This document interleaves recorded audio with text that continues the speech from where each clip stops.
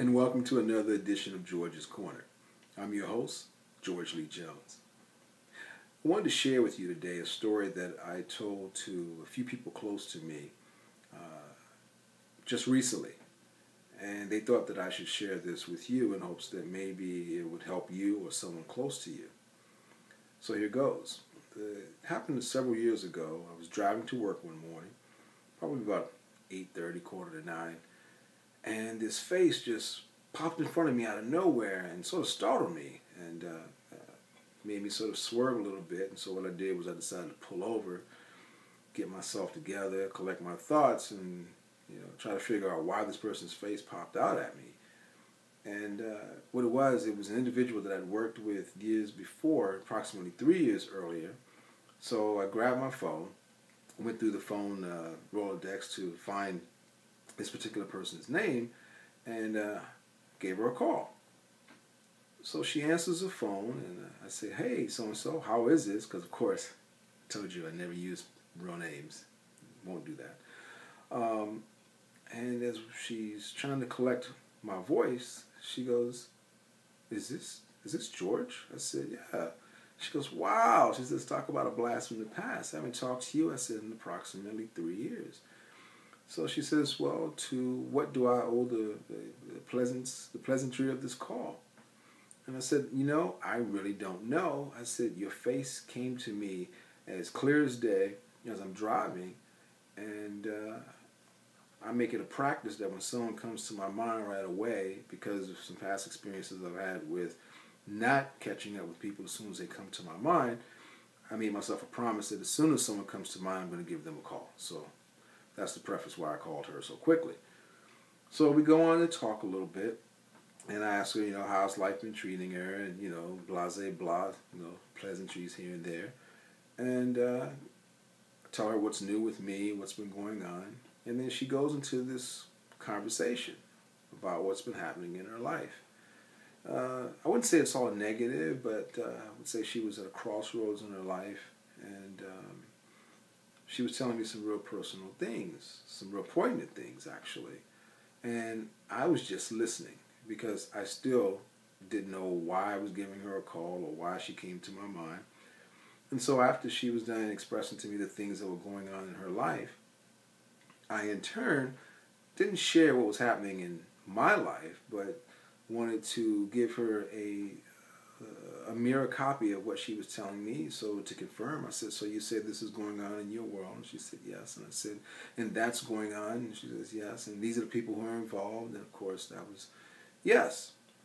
So I'm not quite sure what I said because, quite honestly, I just don't remember. But the important part to the story is that once we hung up, I went on about my regular day because I had a lot of pressing appointments I had to get to, and that was what was top of mind for my day. Not necessarily making this phone call to her because that wasn't part of my day. I hadn't planned on speaking to her. I hadn't spoken to her in 3 years, so it wasn't a normal part of my day, except for I was just being obedient to the universe or God, as it were, to just reach out to her because she came to mind. Well, as the day went on, I forgot about the phone conversation. So I get home later that evening and had a conversation with another friend who happened to just call me. She says, "You know what? Give me a call as soon as you get home." So I got home. I gave her a call. "Hey, how you doing?" Of course, more pleasantries. "How was your day?" I said, "I'm really tired, but I'm just calling you back because you called me. So what was the purpose of your call?" So she proceeds to say, "Anything special happened in your day?" And I said, "No, I can't think of anything special happening in my day other than normally what I do in the office and so forth." And so she continues to prod, and I said, listen, I'm really tired. I don't want to play any games. If you could, just tell me why you're asking me this question. She goes, "Well, you talked to so-and-so." And that's when I thought back. I said, "Hey, you know what? You're right. I did speak to somebody today earlier, and that was the person's name." I said, "But how would you know that?" And she proceeds to tell me that, well, she is best friends with someone that I grew up with. I I said, really? Small world. She goes, yeah, it gets even more interesting than that. The reason why this friend called me, because she knew that I knew you and had mentioned your name a couple times, but that you guys didn't know each other, was the fact that the woman you talked to this morning was going to kill herself this morning. And I paused because I know that God works in mysterious ways that we all use for different purposes in each other's lives, but I didn't see the correlation as to why I was involved. But anyway, this is where it gets interesting. She calls her best friend, tell her best friend she had talked to me, and they had a cry about it. And then the best friend of the woman I talked to, who's friends with someone that I know, in turn called her. Said, hey, tell your friend George that he just saved my friend's life. And I said, well, how did I save her life? She goes, well, whatever you said to her this morning in your conversation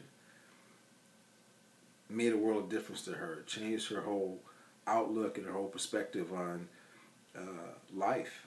And I laughed because I said, I don't even know what I said. And so I can only say that that was divine intervention that gave me words to relay to her to say, hey, hang in there another day. Things will get better. All in all, I'm only saying this story to you, the listener, is this.